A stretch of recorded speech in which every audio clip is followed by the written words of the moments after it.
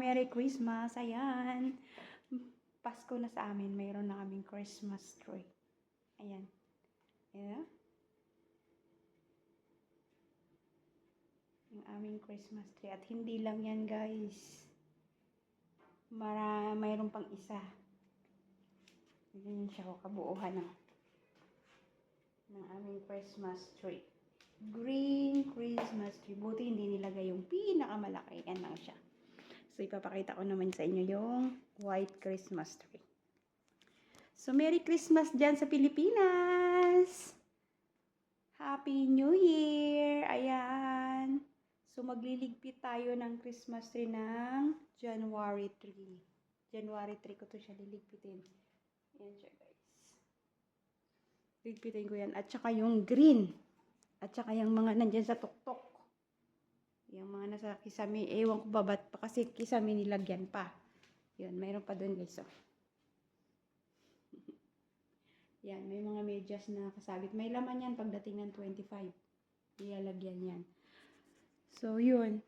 Yung bahay ay napuno ng Christmas decoration. Ang ganda naman ng kasi tingnan kapag ang bahay ay maraming Christmas decoration. Ang ganda. Oh, tapos itong green, ang ganda ng green ng Christmas tree kasi puro siya may mga balls. Ang nilagay dito ay color gold at saka silver red. Doon naman sa kabila ay blue. Sa white Christmas tree, blue ang nilalagay doon. At kung nakikita niyo yan, nasa tuktok. Ayan, nasa kisame. Kung paano ko yan tanggalin. Papatong-patong ako niyan. Yan ang ayaw ko sa lahat pagkatapos ng celebration ng Christmas at saka New Year, guys. Kasi yung liligpitin na yan. Yeah.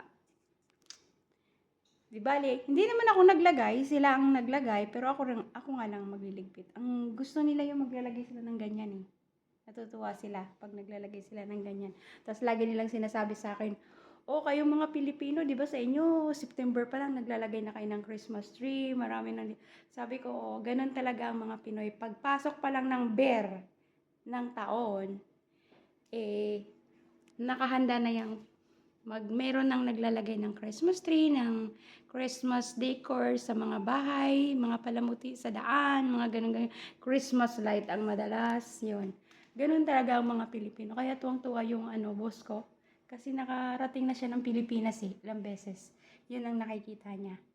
So, kaya sabi niya, dito sa atin, ba't hindi ka naglalagay ng maaga? Sabi ko, maglalagay ako maaga. Bakit ako maglalagay ng maaga? Hindi naman to Pilipinas.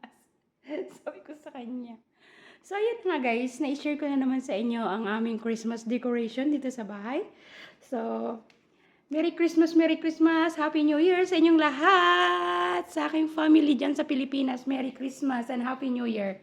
Ingat kayo lagi! I love you! Bye!